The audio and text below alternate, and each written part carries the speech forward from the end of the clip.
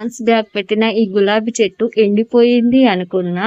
కానీ ఫ్లవర్‌తో వచ్చి ఈరోజు సర్ప్రైజ్ చేసింది. అసలు ఈ చెట్టు ఎందుకు ఎండిపోయింది అనుకున్నాను. మళ్ళీ ఈ చెట్టు ఎలా చిగురించింది తెలుసుకోవాలంటే పూర్తి వీడియోని స్కిప్ చేయకుండా చూడండి. మీకే తెలుస్తుంది. అందరికీ నమస్కారం. మోనికా విద్యావనం ఛానల్‌కి స్వాగతం. హైబ్రిడ్ టైప్‌లో లైట్ పింక్ కలర్‌లో ఉంటుంది. ఫ్లవర్ చిన్నగా ఉంటుంది చూడ్డానికి. ఈ 2 కలర్ గులాబీ మొక్కలను నేను ఒకే దగ్గర కలిపి ఒకే కవర్‌లో నాటుకున్నాను. ఈ కలర్ థిక్ పింక్ కలర్ గులాబీ మొక్క చిగురించింది. ఫ్లవర్స్ కూడా వచ్చాయి చాలా రోజుల క్రితం. ఈ లైట్ పింక్ ఇంతకుముందు నా గార్డెన్‌లో లేదు. దీన్ని ఎలాగైనా బ్రతికించాలనే ఉద్దేశం బాగా శ్రద్ధ చూపిస్తూ దీనికోసం ఎగ్ షెల్స్ పౌడరు, మరి టీ పౌడరు, కొత్త మట్టి ఇలాంటివి చాలా ఇచ్చాను. వేరే మొక్క ఇది బ్రతికింది, ఫ్లవర్స్ కూడా వచ్చాయి, కానీ ఈ ఫ్లవర్ అసలే రాలేదు. ఆల్మోస్ట్ ఈ మొక్క ఎండిపోయిందేమో అనుకున్నాను. ఇలాంటిది రాదేమో, కొత్త మొక్కను గార్డెన్లో ఉండదేమో అనుకున్నాను. కానీ సడన్గా ఆ మొక్క చిగురించింది, ఇలా ఫ్లవర్ కూడా వచ్చింది. చూడ్డానికి చిన్న ఫ్లవర్ అయినా కానీ నాకు మాత్రం చాలా సంతోషంగా అనిపించింది.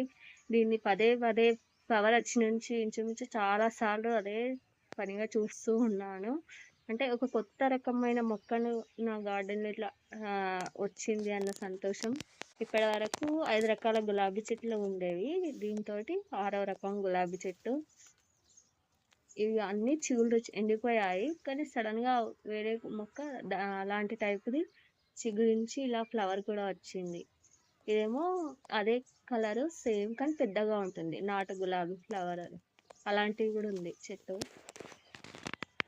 మన జీవితంలో కూడా ఇలా వదిలేసుకున్న కోరికలు మళ్ళీ మెల్లమెల్లగా మన జీవితంలో నెరవేరుతుంటే ఆ సంతోషం ఆనందం వేరుగా ఉంటుంది కదా.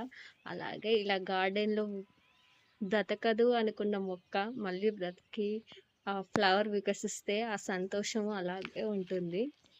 మధురమైన ఎప్పటికీ మర్చిపోలేనిది.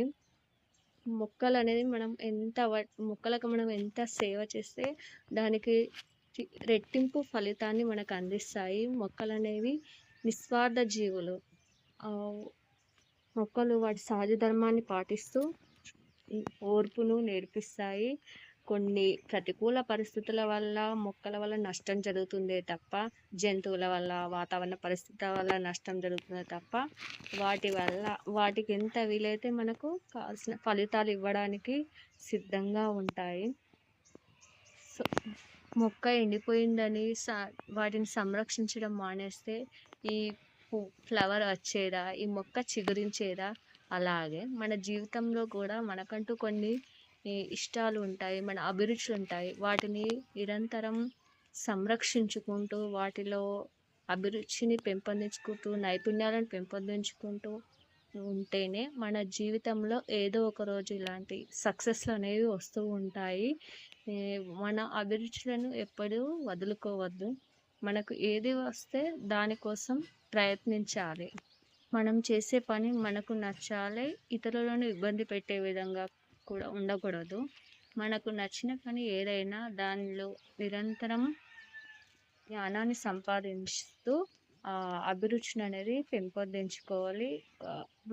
సృజనాత్మకతతో దానిలో మనం చేసే పనిని విభిన్నంగా చేయాలి. అందరూ ఆశ్చర్యపడే విధంగా ఉండాలి. అలాగే దానివల్ల ఉపయోగం కూడా ఉండాలి. అలాగే మనం అలాంటి అభిరుచులు పెంపొందించుకున్నప్పుడే మనం జీవితంలో సక్సెస్ అవ్వగలం.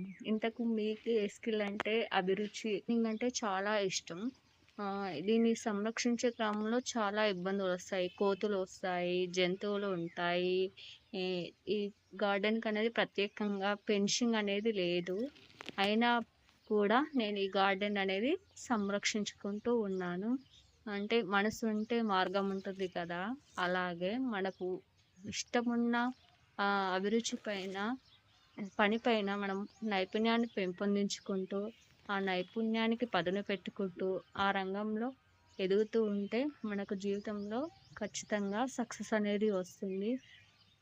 మీరు కూడా మీకు నచ్చిన స్కిల్స్ని పెంపొందించుకొని మీ లైఫ్లో ఎదగాలని కోరుకుంటూ, ఇలాంటి గార్డెనింగ్ వీడియోస్ మీకు ఇష్టమైతే మన ఛానల్ని సబ్స్క్రైబ్ చేసుకోండి.